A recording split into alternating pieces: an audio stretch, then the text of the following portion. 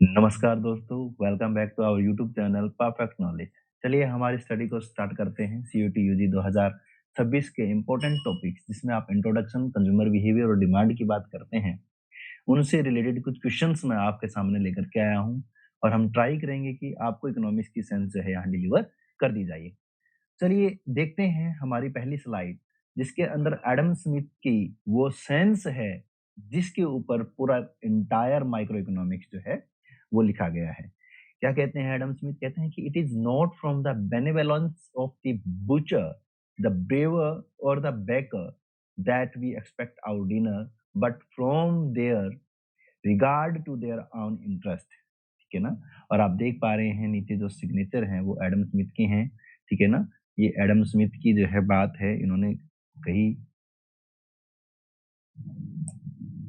ठीक है, क्या कहना चाह रहे हैं? कि कहने जा रहे हैं कि भी बुचर, ब्रीवर और बेकर से आप एक्सपेक्ट नहीं कर सकते कि वो आपके लिए दयावान होकर के, मानवतावादी होकर के या आपके प्रति निष्ठा दिखा करके वो आपके लिए डिनर बनाएंगे। नहीं, वो डिनर इसलिए बनाते हैं क्योंकि उनका आउन इंटरेस्ट होता है, उनका सेल्फ इंटरेस्ट होता है। यानी कि वो अपने लालच में आपके लिए डिनर बनाते हैं। ठीक है ना दोस्तों? इसको समझिए क्या कहना चाहते हैं एडम स्मिथ। एडम स्मिथ कहना चाहते हैं कि कोई भी व्यक्ति आपके लिए जो काम कर रहा है वो आपके मानवतावादी के लिए, आपके प्यार प्रेम के लिए नहीं कर रहा है। वो अपने सेल्फ इंटरेस्ट में आपके लिए काम कर रहा है। यानी कि मैं आपको ये कह सकता हूँ कि जो बेकर है, जो आपका डिनर बनाने वाले जो शेफ़ हैं, वो शेफ़ जो है पैसा कमाने के लिए डिनर बना रहे हैं, ना कि आपको खिलाने के लिए डिनर बना रहे हैं। ठीक है? तो एडम स्मिथ कह रहे हैं कि वो सारा जो जो भी तंत्र आप देखते हैं, वो सब जो है वो सेल्फ इंटरेस्ट है। ठीक है ना? और इसी पर माइक्रो इकोनॉमिक्स जो है वो बेस्ड है। और चलिए देखते हैं। फर्स्ट क्वेश्चन कहते हैं कि who is known as the father of economics? ठीक है ना? अर्थशास्त्र का जनक किसे कहा जाता है? तो आप सभी को पता है दोस्तों कि अर्थशास्त्र के जो जनक हैं वो है आपके एडम स्मिथ। इन्होंने बुक लिखी थी 1776 में, जिसका नाम था wealth of nation. Wealth of nation. ठीक है ना? बुक का कंप्लीट नाम था an inquiry into the nature and wealth of nation. ठीक है? चलिए नेक्स्ट क्वेश्चन की ओर रुक करते हैं। उससे पहले देख लेते हैं B is right answer. Yes, B is right answer. ठीक है? Adam Smith is considered the father of economics. He wrote the famous book the wealth of nation in 1776। ठीक है? चलिए नेक्स्ट स्लाइड पर देखते हैं। कहते हैं विच of the following is not a central problem of an economy? तो सबसे पहले तो आप ये देखेंगे दोस्तों कि इनको सेंट्रल प्रॉब्लम कहा क्यों जाता है। ठीक है ना? कोई भी इकोनॉमी हो, इकोनॉमी हमारी चार प्रकार की हो सकती हैं। ठीक है? या मैं कहूँ कि एक इकोनॉमी का प्रकार होता है जिसको हम बोलते हैं कैपिटलिस्ट। ठीक है ना? कैपिटलिस्ट। दूसरा आपका जो होता है जिसको हम बोलते हैं सोशलिस्ट।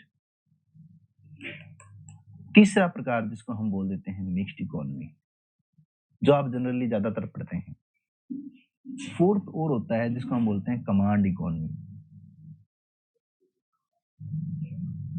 कैपिटलिस्ट के अंदर जितनी भी आर्थिक क्रियाएं हैं उन सभी पर जो नियंत्रण है वो पूरी तरह से सेल्फ इंटरेस्ट पर वो चलती हैं। हम ये कह सकते हैं कि उन पर जो है गवर्नमेंट का कोई नियंत्रण नहीं होता। आप जो भी काम करना चाहते हैं आप कर सकते हैं। ठीक है? सोशलिज्म या सोशलिस्ट जो स्ट्रक्चर है उसके अंदर हम कह सकते हैं कि इसमें गवर्नमेंट की इन्वॉल्वमेंट जो है वो ज्यादा होती है, और जितने भी आपके इकोनॉमिक फैक्टर्स होते हैं उनके ऊपर जो अधिकार है वो गवर्नमेंट का होता है। यानी कि सेंट्रली प्लान्ड इकोनॉमी इसको कहा जा सकता है। मिक्स्ड जो इकोनॉमी होती है उसके अंदर आपकी कैपिटलिस्ट और सोशलिस्ट दोनों के गुण पाए जाते हैं, और इंडिया जो है वो मिक्स्ड इकोनॉमी का एग्जांपल है। ठीक है? और कमांड इकोनॉमी जो है उसके अंदर गवर्नमेंट ही जो है, यानी कि एक एक सिंगल पावर जो है वो कमांड करती है, और वो लोगों के वेलफेयर को नहीं ध्यान में रखते हुए कार्य करती है। यानी कि वो लोगों के वेलफेयर के लिए काम नहीं करती। सोशलिज्म में तो क्या होता है कि लोगों के वेलफेयर के लिए सरकार जो है वो काम करती है। कमांड में जो है वो वहां पर वेलफेयर को नजरअंदाज कर दिया जाता है। चलिए, तो सेंट्रल प्रॉब्लम जो है वो इन चारों की चारों, कैपिटलिस्ट, सोशलिस्ट, मिक्स्ड और कमांड इकोनॉमी, यानी इन सभी जो इकोनॉमी को जो समस्याएं आप इनको फेस करनी पड़ती हैं, चाहे वो कैपिटलिस्ट इकोनॉमी है उसको भी ये समस्या फेस करनी पड़ेगी, सोशलिस्ट है उसको भी ये समस्या फेस करनी पड़ेगी, मिक्स्ड है उसको भी ये समस्या फेस करनी पड़ेगी और कमांड इकोनॉमी है उसको भी ये समस्या फेस करनी पड़ेगी। इट मीन्स कि ये सारी जो भी इकोनॉमी है, जितनी भी प्रकार की इकोनॉमी है, उन सभी को ये समस्या जो है वो फेस करनी पड़ती है। इसलिए इन प्रॉब्लम्स को बोला जाता है सेंट्रल प्रॉब्लम्स। ठीक है, तो वो कौन कौन सी प्रॉब्लम है? वो प्रॉब्लम्स है central problems, what to produce, ये भी आपकी सेंट्रल प्रॉब्लम है कि क्या उत्पादन करें। Second one, how to produce, कि कितना उत्पादन करें या कैसे उत्पादन करें। ठीक है, फॉर होम टू प्रोड्यूस, किसके लिए उत्पादन करें। लेकिन ये जो डी है, ठीक है ना, हाउ टू अर्न प्रॉफिट, ये सेंट्रल प्रॉब्लम नहीं है। ठीक है ना, क्यों? क्योंकि कैपिटलिस्ट जो है उसके लिए ये प्रॉब्लम हो सकती है, लेकिन जो सोशलिस्ट है वो तो वेलफेयर की बात करता है, वो तो वो प्रॉफिट में जाता नहीं है। इसलिए सोशलिस्ट के लिए ये हाउ टू अर्न प्रॉफिट जो है ये मैटर नहीं करता है। ठीक है, तो इसका मतलब ये हुआ कि ये सेंट्रल प्रॉब्लम नहीं है। ठीक है, तो आपसे पूछा क्या गया है? आपसे यही पूछा गया है कि which is not a central problem of an economy. तो आपका राइट आंसर हो जाएगा option number D, how to earn profit. ठीक है, इसकी एक्सप्लेनेशन आप यहाँ देख सकते हैं कि the three central problem arising for from scarcity are. तो आप ये ध्यान ये भी कर सकते हैं कि ये जो सेंट्रल प्रॉब्लम्स हैं तीनों की तीनों, वो किस वजह से आती है। तो आप यहाँ देख पा रहे हैं कि वो वजह है स्कैरसिटी। ठीक है ना, दुर्लभता की वजह से ये समस्याएं आपको देखने को मिलती हैं। ठीक है, तो ये कह रहे हैं कि आंसर है आपका ऑप्शन नंबर डी। चलिए नेक्स्ट स्लाइड देखते हैं, नेक्स्ट क्वेश्चन की ओर बढ़ते हैं। कहता है the production possibility curve is generally, यहाँ ध्यान देने वाली बात क्या है बच्चों? यहाँ ध्यान देने वाली बात ये है कि यहाँ पूछा गया है कि जनरली, ठीक है ना। वैसे अगर आप पढ़ेंगे पीपीसी कर्व को, तो पीपीसी कर्व जो है जनरली आपका ऐसे देखने को मिलता है। ठीक है ना, कनकेव टू द ओरिजिन। ठीक है, लेकिन ये ए डायग्राम जो मैंने बनाया है और जो बी डायग्राम मैं आपके सामने बना रहा हूं, पीपीसी कर्व ऐसा भी हो सकता है और जो सी डायग्राम मैं आपके लिए बना रहा हूं, पीपीसी कर्व ऐसा भी हो सकता है। ठीक है, लेकिन जनरली जो आप देखते हैं, ठीक है ना, वो आप देखते हैं कनकेव टू द ओरिजिन। यानी कि ये वर्ड जो जनरली वर्ड यहाँ यूज किया गया है, इससे आपका आंसर जो है वो हो जाता है option number 1 A, concave to the origin, मूल बिंदु की ओर अवतल हो जाता है। ठीक है, चलिए देख लेते हैं। देखिए यहाँ पर आपको दिया गया है कि ये प्रोडक्शन पॉसिबिलिटी कर्व है जिसके ऊपर ए, बी और सी तीन पॉइंट हैं।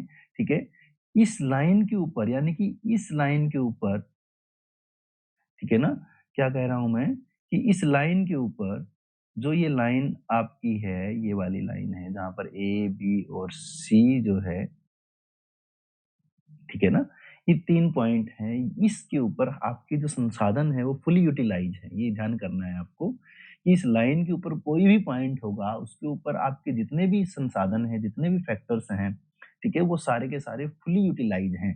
ठीक है, लेकिन यहाँ इससे अंदर, इस लाइन के अंदर जैसे ये डी पॉइंट है, ठीक है ना, तो यहाँ आपको ये ध्यान करना पड़ेगा कि आपके यहाँ संसाधन जो है वो फुली यूटिलाइज नहीं है, जो है ना इनएफिशिएंट है। ठीक है, तो इसके अंदर जितने भी पॉइंट होंगे, यानी कि ये ए पॉइंट, बी पॉइंट और ये सी पॉइंट, ये तीनों पॉइंट और ये डी पॉइंट, ये तीनों, ये चारों के चारों जो पॉइंट्स हैं ये आपके लिए फिजिबल हैं, यानी कि जिनको आप प्राप्त कर सकते हैं। लेकिन उन फिजिबल में से ये तीन जो हैं, ए बी सी, ये एफिशिएंट हैं और जो ये डी है ये इनएफिशिएंट है। ठीक है, लेकिन जो एफ पॉइंट आप देख रहे हैं, ठीक है ना, वो आपके रेंज से बाहर है। तो आप कह सकते हैं कि वो पॉइंट जो है हमारे लिए फिजिबल नहीं है, इम्पॉसिबल है। ठीक है, तो पीपीसी कर्व जो है वो आपका कनकेव टू ओरिजिन होता है और इसके पीछे जो रीजन है वो होता है इंक्रीजिंग मार्जिनल अपॉर्चुनिटी कॉस्ट। ठीक है ना, तो यहाँ हम एक कंसेप्ट पढ़ लेते हैं अपॉर्चुनिटी कॉस्ट का। ठीक है ना, अपॉर्चुनिटी कॉस्ट, अपॉर्चुनिटी कॉस्ट किसे कहते हैं? ठीक है ना, अपॉर्चुनिटी कॉस्ट, ठीक है, second best, second best alternative को छोड़ देना। ठीक है ना, सेकंड बेस्ट अल्टरनेटिव को छोड़ देना। इट मीन्स कि आप जो है वो ये कह सकते हैं कि सपोज कीजिए एक राम जो है वो पहले एक पार्क में चाय बनाता है, ठीक है, और उसको कोई मल्टीनेशनल कंपनी से जॉब का ऑफर आता है। ठीक है, जब वो चाय बनाता था, वो महीने के 10,000 रुपए का जो है वो कमाई कर लेता था, कमाता था। लेकिन जब उसको मल्टीनेशनल कंपनी से ऑफर आता है, ठीक है? तो उसको जो है वो 15,000 रुपए का ऑफर आता है। तो वो क्या करता है कि वो उस कंपनी में काम करना शुरू कर देता है। तो अब उसके लिए जो सबसे बेस्ट ऑप्शन था वो तो 15,000 रुपए ही था, ठीक है ना? अगर वो 15,000 रुपए वाली जॉब नहीं करता तो उसके लिए सेकंड जो ऑप्शन था, बेस्ट ऑप्शन वो क्या था? उसके 10,000 रुपए, ठीक है ना? लेकिन अब वो क्या कर रहा है? उस सेकंड बेस्ट को त्याग करके 10,000 रुपए को छोड़ करके 15,000 की जॉब कर रहा है। इसलिए उस 15,000 की जॉब के लिए उसका जो अपॉर्चुनिटी कॉस्ट होगा दैट इज़ 10,000, ठीक है ना? तो सेकंड बेस्ट ऑप्शन का जो त्याग करना है वो आपका कहलाता है अपॉर्चुनिटी कॉस्ट, ठीक है ना? चलिए, ठीक है, नेक्स्ट स्लाइड पर बात करते हैं, देखते हैं क्या कहते हैं। कहते हैं which economist defined economics as the science of wealth, ठीक है ना? तो आपको पता है कि वेल्थ संबंधी जो भी आपकी अ, डेफिनिशन है, वेल्थ डेफिनिशन, ठीक है? वो दी थी 1776 में, बुक लिखी थी वेल्थ ऑफ नेशन। कौन थे? Adam Smith, Adam Smith, the father of economics, ठीक है ना? Father of economics. तो उन्होंने धन का विज्ञान के रूप में इसको परिभाषित किया है। तो आपका राइट आंसर हो जाएगा option number C, Adam Smith. चलिए देखते हैं, नेक्स्ट क्वेश्चन की ओर बढ़ते हैं, ठीक है? तो आप यहाँ देख सकते हैं कि आंसर जो है आपका है answer number C, Adam Smith. Adam Smith define economics as the science of wealth focusing on the production and accumulation of wealth. उन्होंने जो है प्रोडक्शन पे ध्यान दिया है और धन को इकट्ठा करने पर ज्यादा जोर दिया है, ठीक है? चलिए पढ़ते हैं नेक्स्ट क्वेश्चन पे। द प्रॉब्लम ऑफ चॉइस, यहाँ आपको ध्यान करना है, प्रॉब्लम किसकी है? चुनाव की समस्या है, चयन की समस्या है। चयन की समस्या क्यों उत्पन्न होती है? अराइजेज बिकॉज, ठीक है? कहते हैं रिसोर्सेज आर अनलिमिटेड। जब आपके पास रिसोर्सेज बहुत ज्यादा मात्रा में होंगे तो आपको चुनने की आवश्यकता नहीं पड़ेगी, आप सारे जो है वो ले पाएंगे, ठीक है ना? फिर आप कहते हैं कि रिसोर्सेज आर स्केर्स, संसाधन जो है वो कम है, एंड हैव अल्टरनेटिव यूज, और उनके वैकल्पिक प्रयोग हैं। तो आप कहेंगे कि यस, संसाधन जो हैं वो हमारे पास कम है और वो बहुत ज़्यादा काम में आने वाले हैं, तो हमारे सामने एक समस्या उत्पन्न होती है कि भई उन संसाधनों का हम कैसे इस्तेमाल करें? यानी कि अब हमको चुनाव करना पड़ेगा, बेस्ट अल्टरनेटिव को चुनना पड़ेगा, ठीक है ना? तो इसको मैं आपको एक एग्ज़ाम्पल से समझाने की कोशिश करूँगा। मान लीजिए आप कि आपके पास जो है वो 1 लाख रुपया है, ठीक है ना? अब 1 लाख रुपया है, संसाधन तो आपके पास लिमिटेड होगा, 1 लाख रुपया हुआ, ठीक है? वो 1 लाख रुपए से आप क्या खरीदेंगे? आप बाइक, स्कूटी वो खरीदेंगे, या आप अपने लिए जो है अच्छे कपड़े खरीदेंगे, या आप अपने मान के चलिए कि बिज़नेस के लिए कुछ इक्विपमेंट खरीदेंगे, या आप अपने घर में जो है कोई पार्टी करेंगे, या आप अपने लिए कुछ अ, घर या मकान या उसमें कुछ इन्वेस्ट करेंगे, क्या करेंगे? यानी कि आपके पास रुपया जो है वो 1 लाख है और काम बहुत ज़्यादा हो गए। यानी कि वो रुपया जो है उन सारे कामों को कर सकता है, लेकिन वो उनमें से किसी एक ही काम को करने में पूरा बैठेगा ना। इसलिए आपके पास ऑप्शंस बहुत हो गए और वो जो संसाधन था वो बहुत स्केयर है आपके पास। यानी कि संसाधन जो है वो स्केयर है, कम है, दुर्लभ है, और उसके यूजेस जो है वो बहुत ज़्यादा हैं। इस वजह से अब आपको चुनना पड़ेगा कि आपके लिए कौन-सा काम इम्पोर्टेंट है और आप उस काम पर उस पैसे को लगाएँगे। यानी कि यहाँ आपकी जो प्रॉब्लम आ जाएगी वो आ जाएगी प्रॉब्लम ऑफ चॉइस। तो आंसर आपका आ जाएगा ऑप्शन नंबर बी, ठीक है? Resources are scarce and have alternative uses. Option number C क्या कहते हैं? वांट्स आर लिमिटेड, नहीं, वांट्स तो हमारी क्या रहती हैं? अनलिमिटेड रहती हैं, और डी ऑप्शन जो है नन ऑफ दीज ये नहीं होगा। तो ऑप्शन नंबर बी जो है आपका राइट आंसर हो जाएगा। चलिए नेक्स्ट क्वेश्चन पे, नेक्स्ट स्लाइड पे देखते हैं क्या कहते हैं। वही जो है यहाँ पर आपको एक्सप्लेन किया गया है, ठीक है? चलिए, क्वेश्चन नंबर 6 क्या कहता है? Example of A micro economic variable is, ठीक है ना? माइक्रो इकोनॉमिक्स का क्या वेरिएबल है? तो आप यहाँ ध्यान देंगे, नेशनल इनकम जो है वो आपको मैंने पढ़ाया है, आपको मैंने बताया भी है। नेशनल इनकम जो है वो मैक्रो इकोनॉमिक्स कंसेप्ट है, ठीक है ना? मैक्रो इकोनॉमिक्स कंसेप्ट है। मार्केट डिमांड, जब आप एक व्यक्ति की डिमांड को पढ़ते हैं तो उसको हम पढ़ते हैं डिमांड, ठीक है ना? जब हम एक व्यक्ति के डिमांड के लिए पढ़ते हैं तो उसको बोलते हैं डिमांड। मार्केट डिमांड का मतलब होता है कि एक वस्तु के लिए, यानी कि वस्तु जो है, कमोडिटी जो है वो सिंगल ही है, लेकिन उस एक ही वस्तु के लिए भिन्न-भिन्न लोगों द्वारा माँगी गई माँग, ठीक है ना? यानी कि ए व्यक्ति जो है वो पेन माँग रहा है, बी व्यक्ति जो है वो भी पेन माँग रहा है, सी व्यक्ति जो है वो भी पेन माँग रहा है। यानी कि पेन जो है, आप ये कहेंगे कि पेन का प्राइस ये है, ठीक है? और ए व्यक्ति की डिमांड जो है वो ये है, ठीक है? ये जो है प्राइस है, तो आप कहेंगे कि ये जो है वो बी व्यक्ति के लिए प्राइस तो सेम ही रहेगा, ए और बी के लिए, ठीक है ना? और ये ए व्यक्ति की जो है वो डिमांड थी और ये बी जो है उसके लिए ये डिमांड है, ठीक है ना? क्या हुआ, ठीक है? तो अब हम क्या करेंगे, Q not plus Q one को जो है वो जोड़ लेंगे, यानी कि इन दोनों को जोड़ लेंगे। तो हम ये कह रहे हैं कि भई ये डिमांड थी और ये डिमांड थी। तो ए के लिए डिमांड कर्व ये था, बी के लिए डिमांड कर्व ये था, ठीक है ना?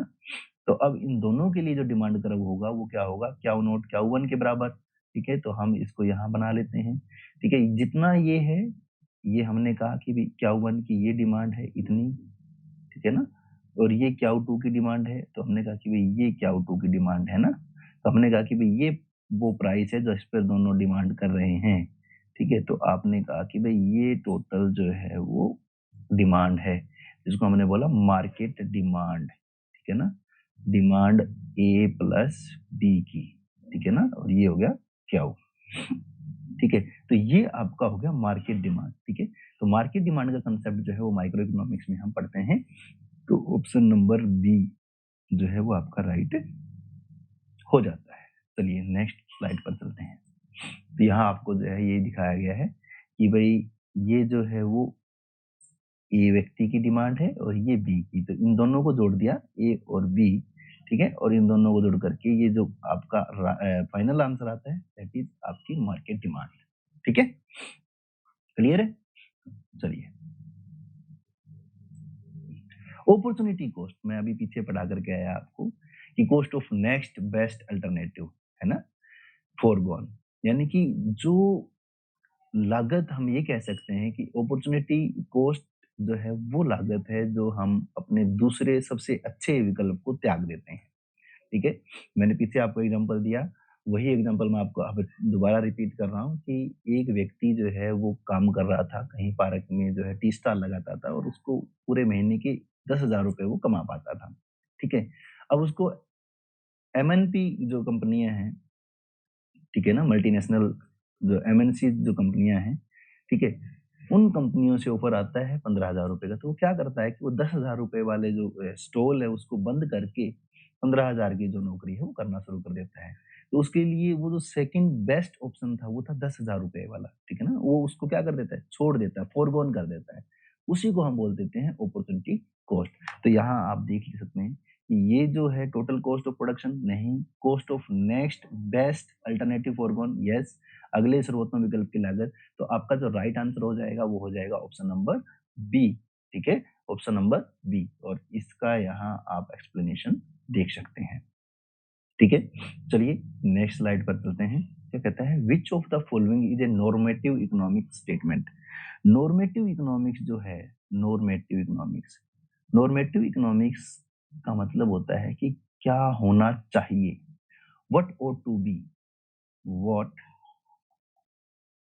ought टू बी, क्या होना चाहिए। जैसे आप किसी बच्चे को देखते हैं तो ऐसे कहते हैं ना कि बच्चा संस्कारी होना चाहिए, बच्चे जो है उसको अपने माता-पिता को आदर करना चाहिए, बड़े-बड़े लोगों का जो है वो बात मानना चाहिए। लेकिन क्या असल में बच्चा है, वो एक रियल एस्पेक्ट है, लेकिन क्या होना चाहिए दैट इज़ नॉर्मेटिव, ठीक है? तो यहाँ नॉर्मेटिव इकोनॉमिक्स का मतलब है कि इकोनॉमिक्स कैसा होना चाहिए, व्हाट ought टू बी, ठीक है? तो इसके लिए चाहिए के लिए हम कई बार ये वर्ड इस्तेमाल करते हैं दैट इज़ शुड, ठीक है? तो या तो आपको शुड जो है ऑप्शन में देखने को मिल जाएगा या ought टू भी जो है आपको देखने को मिल जाएगा, ठीक है? तो चलिए देखते हैं।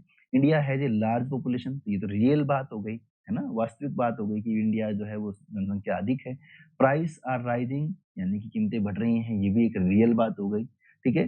Government should reduce inequality, government को असमानता कम करनी चाहिए, ठीक है ना? ये जो है वो राइट आंसर हो जाता है। ऑप्शन नंबर सी जो है आपका करेक्ट आंसर हो जाता है। चलिए इसकी एक्सप्लेनेशन एक बार देख लेते हैं, ठीक है? आंसर जो है आपका ऑप्शन नंबर सी ही है। कहते हैं normative economics deal with what ought to be, जहां पर ओपिनियन और सजेशन की बात हो, ठीक है ना, जहां पर ओपिनियन शेयर किए जाए, सजेशन शेयर किए जाए। Where is positive economics deal with fact, यानी कि पॉजिटिव इकोनॉमिक्स या रियल इकोनॉमिक्स आप बोल सकते हैं, वो किसके साथ में डील करती है, फैक्ट्स के साथ में डील करती है। जैसे ऊपर आया था ना कि भी पॉपुलेशन, इंडिया की पॉपुलेशन जो है वो अधिक है, फैक्ट है ना, तो वो रियल इकोनॉमिक्स है, वो पॉजिटिव इकोनॉमिक्स है। चलिए नेक्स्ट क्वेश्चन को देखते हैं।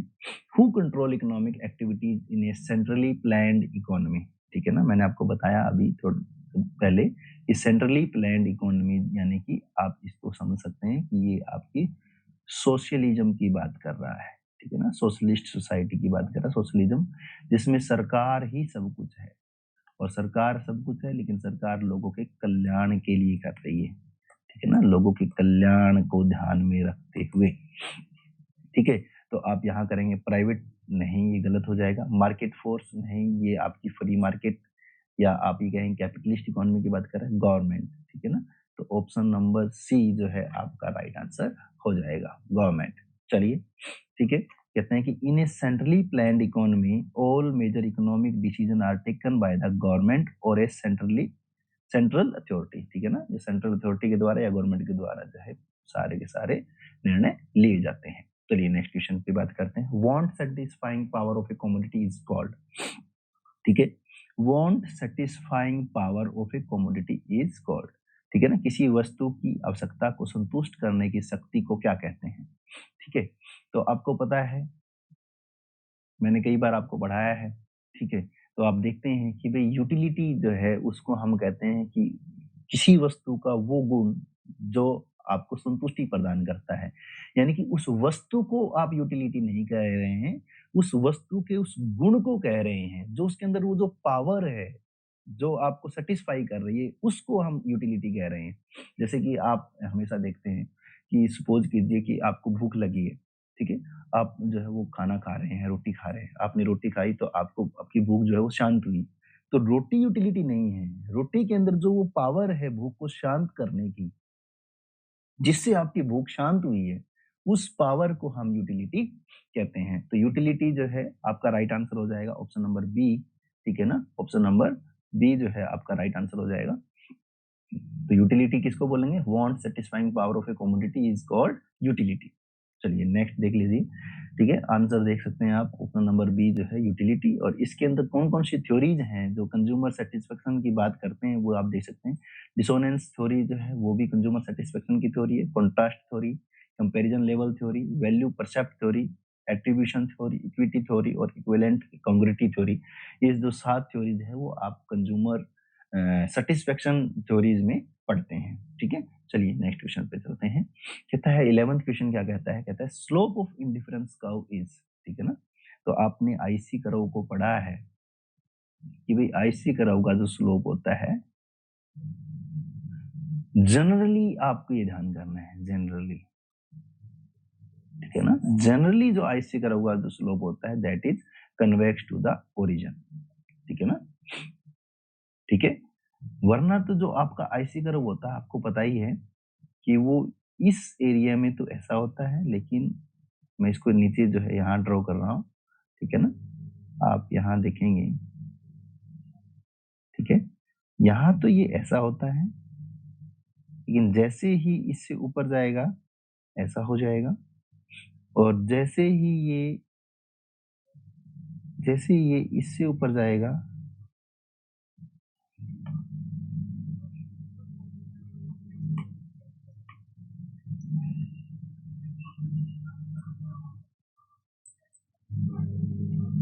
ठीक है, जैसे ये यहाँ आएगा तो ये हो जाएगा ऐसा, और जैसे ये यहाँ आएगा इस एरिया में तो ये हो जाएगा ऐसा, तो टोटल में जो है ये हो जाता है आपका ऐसा, ठीक है। लेकिन जनरली जो स्लोप होता है आईसी कर्व का वो होता है convex to origin, convex to origin, ठीक है। मूल बिंदु और क्या होता है, कन्वेक्स होता है, उत्तल होता है, ठीक है, इसका आप एक्सप्लेनेशन यहाँ देख सकते हैं, ठीक है, कन्वेक्स टू ओरिजिन, ठीक है, किस वजह से होता है, diminishing marginal rate of substitution, ठीक है ना, DMRS, diminishing marginal rate of substitution. तो इस diminishing marginal rate of substitution का क्या मीनिंग है, तो आप यहाँ देखेंगे, आप इसको ड्रॉ कर लेंगे। ऐसे आईसी को ड्रॉ किया आपने, तो आपने कहा कि भाई पहले हम यहाँ थे और ये जो है वो आप y गुड ले रहे थे और ये इतना आप x गुड ले रहे थे, ये x गुड और ये आपने कहा कि हम ले रहे थे y गुड। अब हमने y को छोड़ दिया, ठीक है, और आपने क्या करा, y को छोड़ दिया और ये आपने x को बढ़ा लिया। x तो बढ़ा इतना और y छूटा इतना, है ना। नेक्स्ट टाइम आप देखेंगे, ये देखिए, तो आप देख पा रहे हैं कि आपने y तो उतना ही छोड़ा लेकिन x आपको ज्यादा मिला। इसका मतलब ये हुआ कि छोड़ना आपका जो है वो कम होता जा रहा है ना, ठीक है, छोड़ना आपका कम होता जा रहा है। क्योंकि अगर आप इतना ही लेते, इतना ही अगर आप यहाँ लेते, यहाँ इतना ही लेते, तो आपको अब की बार छोड़ना क्या पड़ता, कम पड़ता ना, ठीक है। तो इसको बोलते हैं diminishing marginal rate of substitution, यानी सब्स्टिट्यूशन की जो दर है वो घट रही है, ठीक है। चलिए नेक्स्ट क्वेश्चन पे चलते हैं। कहता है which of the following are substitute goods, ठीक है ना। तो आप यहाँ ध्यान करेंगे, गुड्स जो है आपकी दो प्रकार से हम इसको पढ़ते हैं। एक तो सब्स्टिट्यूट गुड्स होती हैं, प्रतिस्थापन वस्तुएं, और एक होती हैं कॉम्प्लीमेंट्री गुड्स। सब्स्टिट्यूट्स गुड्स वो गुड्स होती हैं जो एक वस्तु के स्थान पर दूसरी वस्तु काम में लाई जा सकती है। जैसे आजकल आप देखते हैं कैमरे की जगह मोबाइल आ गया, तो कैमरे के स्थान पर मोबाइल जो है वो कैमरे का काम करने लग गया। इट मीन्स कि वो सब्स्टिट्यूट गुड हो गई, ठीक है। और कॉम्प्लीमेंट्री गुड्स वो गुड्स होती हैं जो दो मिलकर के एक काम को पूरा करते हैं, यानी कि दो वस्तुएं मिलेंगी तो कोई एक काम पूरा होगा। जैसे सुई और धागा आप एग्जाम्पल देखते हैं, यानी कि अकेली सुई को अगर आप चलाएंगे तो वो कपड़ा नहीं सिलेगा, अकेले धागे को आप रखेंगे तो वो कपड़ा नहीं सिलेगा। लेकिन सुई और धागे से जब आप करते हैं तो कपड़ा सिल जाता है, यानी कि सिलने का जो काम है वो सुई और धागे के बगैर नहीं पॉसिबल होता। यानी कि दो चीजें चाहिए आपको किसी एक काम को पूरा करने के लिए, ठीक है। तो ऐसे ही कॉम्प्लीमेंट्री गुड्स का मीनिंग कि दो वस्तुएं मिलकर के एक काम को पूरा करें। सब्स्टिट्यूट गुड्स वो गुड्स होती हैं जो दोनों वस्तुएं एक ही काम करती हैं, यानी कि एक की जगह पर दूसरे प्रयोग में लाई जा सकती है। तो कार और पेट्रोल आप देखेंगे, कार और पेट्रोल अगर आप यूज कर रहे हैं तो दोनों मिलेंगी तो फिर एक जगह डेस्टिनेशन पे आप पहुंचोगे, ठीक है ना।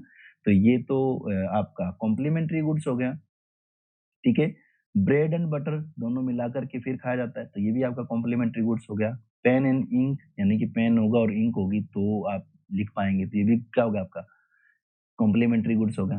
टी एंड कॉफी, यानी कि चाय भी पी सकते हो और चाय अगर नहीं है तो कॉफी पी करके भी काम चल सकता है, यानी कि कॉफी जो है वो चाय की जगह पर काम में आ सकती है, चाय जो है वो कॉफी की जगह पर काम में आ सकती है। इसी को तो बोलते हैं सब्स्टिट्यूट गुड्स, ठीक है ना।